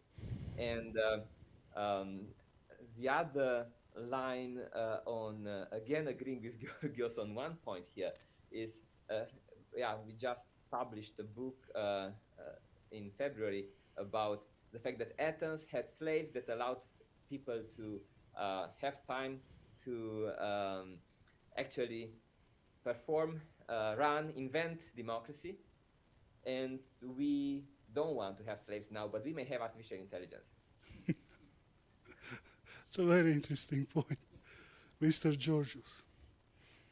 Yeah, a very final remark. I mean, there are obviously a lot of risks, a lot of concerns regarding regulation, and we've overanalyzed those. So I want to finish on a positive note and say that if we manage to get this right, we will be able to free people from menial everyday tasks, strengthen democratic institutions, and unlock the creative potential of humanity. And in that sense, there is a famous quote that will be realized that says that artificial intelligence may just be the last invention that human beings ever make. And I want to close with that. Yeah, and that's very interesting. It's a double meaning quote, but let's take it on the positive note here. So any closing thoughts from you? Unrelated to my questions on the topic of AI, on the topic of crisis. Maybe I didn't cover what you wanted to say. So be free to speak before we close.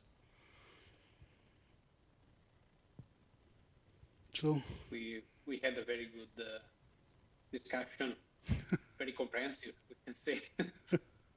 I hope it has been interesting for whoever was listening. Yeah, thank you. We learned a lot of things. Thank you.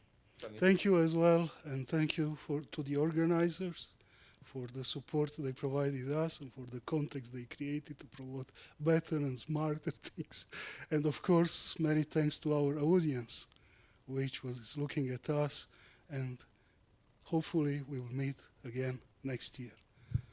Thank you, and a great day ahead. Goodbye. Thank you. Bye.